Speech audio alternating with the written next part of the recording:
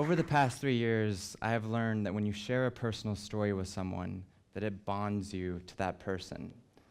Maybe only temporarily, but even a small conversation, the most minor exchange of ideas or experiences, can impact another person greatly. A ripple effect occurs the more that we tell our personal truths, and eventually the world can and will be changed by the power of the personal story. In spite of economic, religious, political, sexual, or racial differences, we all endure the same tragedies and relish the same triumphs. Imagine if we all took a moment to share our own beautiful stories and experiences with each other, we'd recognize that we are all pretty much the same. Love and loss are universal themes, both woven into each of our lives, and yet we so easily isolate ourselves from one another. And in a world that can often seem like it's crumbling at the hands of injustice, hatred, and fear, it's easy to feel alone or different, and often both. I grew up in Montana, which is one of the largest and most conservative states in the US. It was a beautiful and relatively safe state to grow up in, but it was easy to feel lonesome in a place that seemed like cows and horses outnumbered people. And I always felt especially solitary because even as a young boy, I knew that I was different. During junior high and high school was when my peers really started to notice my differences. I experienced a significant amount of bullying and was often the subject of school and church gossip. The hateful words and homophobic insults ate away at me, but I kept my pain hidden from almost everyone, including my best friends and my family. I didn't feel safe or comfortable opening up about the fact that I was gay. Depression persisted. I felt like there was no escape in high school.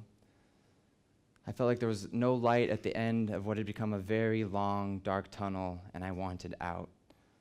I contemplated suicide and was convinced that there was not one person out there who could ever possibly understand the extent of the loneliness or the pain that I felt.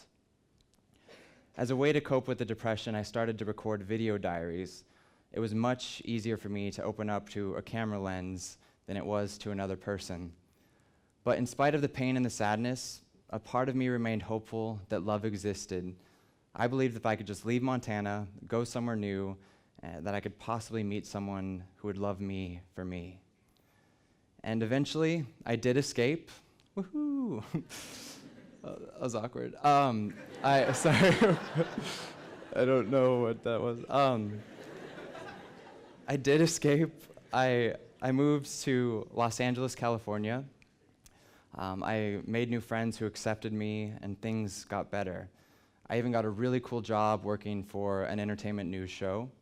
And through a coworker, I was introduced to an incredibly handsome young man named Tom. Tom and I fell in love very quickly. However, for months we pretended that we were just friends, even though pretty much everyone around us figured out the truth long before we actually told them. We didn't feel comfortable showing affection in public or even in front of our friends, so we developed a secret code.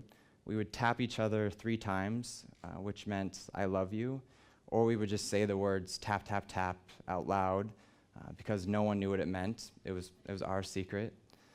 Eventually, we did come out to our friends, and not long after, we decided to come out to our families. And my family was happy and supportive. Tom's parents, however, were furious. They blamed me for making Tom gay. His father pulled a shotgun on him and told him that he should have taken his homosexuality to the grave. His mother insisted that he seek professional help to cure him of what she believed was a sickness. I couldn't understand how his parents, the ones who were supposed to love him the most, were willing to fight so hard to keep him from being himself and from being happy. We faced many challenges, but Tom and I went on to build a substantial life together. We started a business, adopted a dog, and even bought our first home together. We traveled to dream destinations like Egypt, Paris, and Brazil. We were so in love. With Tom, I felt like I could finally share the parts of myself that made me feel ashamed or scared, and he didn't judge me. He loved me unconditionally, and he believed in me and encouraged me to share more of myself with others. Not long after, it was about 2010, Tom gave me this promise ring. We'd been in a relationship for nearly 6 years, and we both knew in our hearts that we wanted to spend the rest of our lives together.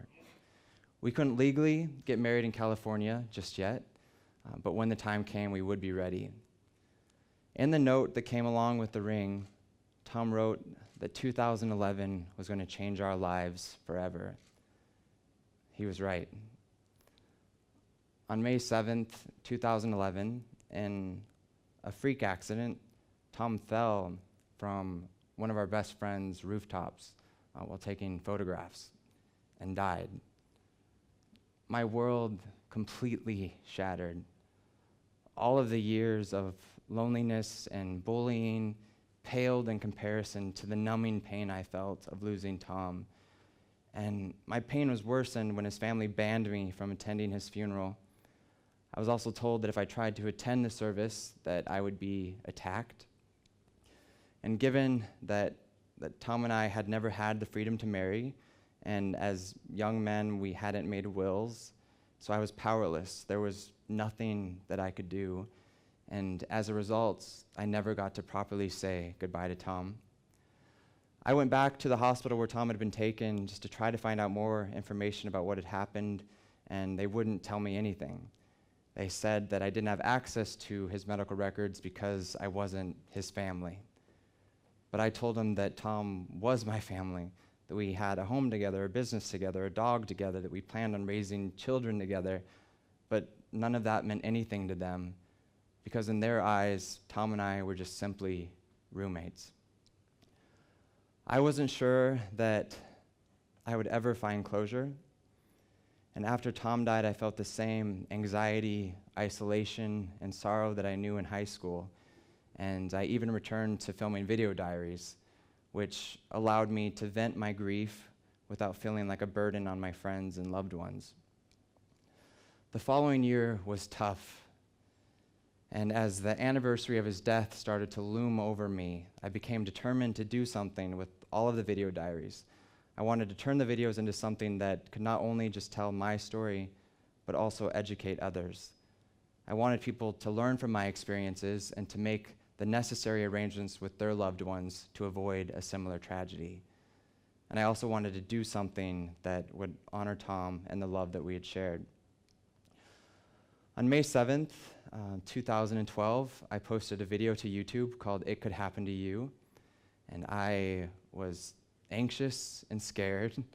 I hated feeling vulnerable, yet there I was sharing my innermost thoughts and feelings with anyone who felt like clicking play. In less than 48 hours, the video was viewed over 1 million times, and within 7 days, it had reached over 2 million views. I was interviewed by local and national news programs, and my story even ended up on the front page of 2 major newspapers back home in Montana. I was thrust into the spotlight, and the parts of me that I'd kept hidden for so long were now being showcased in a very public way. But it didn't seem to matter, because I quickly started to realize that what was happening was about something that was much bigger than me and Tom. It was empowering, but terrifying. I had no formal training in public speaking. I had no real knowledge about the gay rights movement, yet there I was, an unlikely and unqualified spokesperson for the LGBT community. And not long after the video went viral, I was approached by a director who wanted to make a documentary about me and Tom, who believed that our story had the power to open hearts and minds. And together we launched the most successful film crowdfunding campaign of that time. And for a year we worked on the documentary. Once completed, the film Bridegroom, which also happened to be Tom's last name, it premiered at the Tribeca Film Festival, where it was introduced by former President Bill Clinton. And it went on to screen at dozens of film festivals and had its world television premiere on the Oprah Winfrey network. I'm humbled to say that the film and its message have deeply resonated with viewers. I've heard from people from all walks of life who have said that my story has helped them. Simply by opening up and sharing my story, sharing the darkest and most personal parts of myself, I've been able to connect to millions of people who, like me, have been unable to identify with the world around them.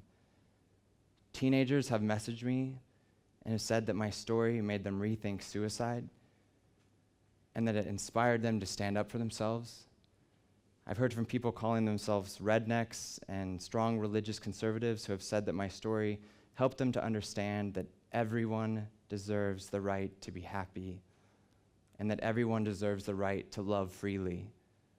I've also heard from parents who have said that my story has helped them to better understand and accept their own children. I've shared my story many times over the past few years, but I've also had the privilege of hearing other people's stories.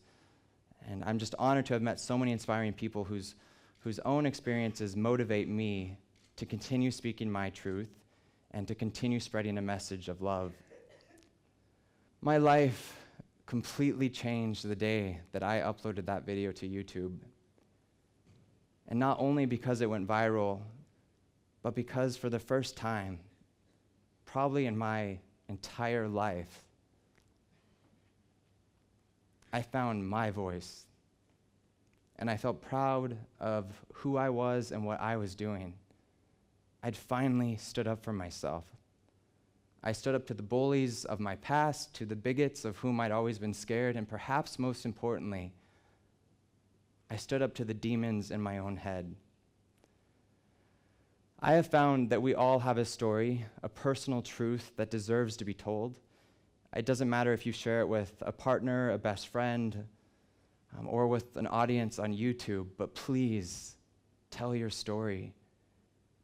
Share yourself with others, because the more that you do, the more empowered you will feel to conquer your fears, embrace your strengths, and connect to something that's bigger than yourself. And when you are willing to do that, to connect to something that's bigger than you, extraordinary things can happen. I mean, I'm here in Amsterdam giving a talk in front of all of you lovely people, and it's surreal, but I'm so grateful. I'm grateful to have this opportunity to stand here today to tell you that your story matters. Sharing your story and living an authentic life may not feel like big enough actions to change the world, but believe me, they are.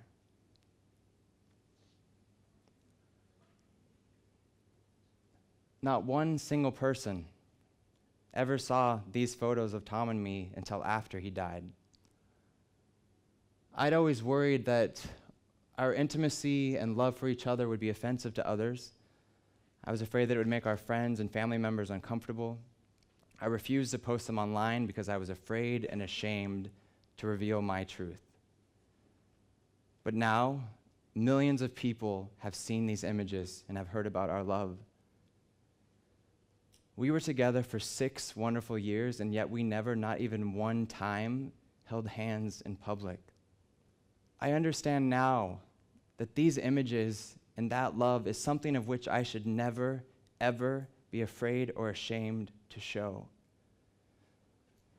There are things about my relationship and my life that I wish I would have done differently. I've never been perfect, and nor will I ever be. I'm not an elected official or a therapist. I don't run a nonprofit organization. I'm just one man struggling to find my place in this world and to make some kind of difference in my life and in my community. I've learned to tell my truth in the face of hatred and in spite of threats of violence. For too long, I felt like a small boy suffocating in my environment, worried that everyone would rather I just go away. I was afraid to exist because I didn't think I mattered, but I know now that I do matter, that we all matter.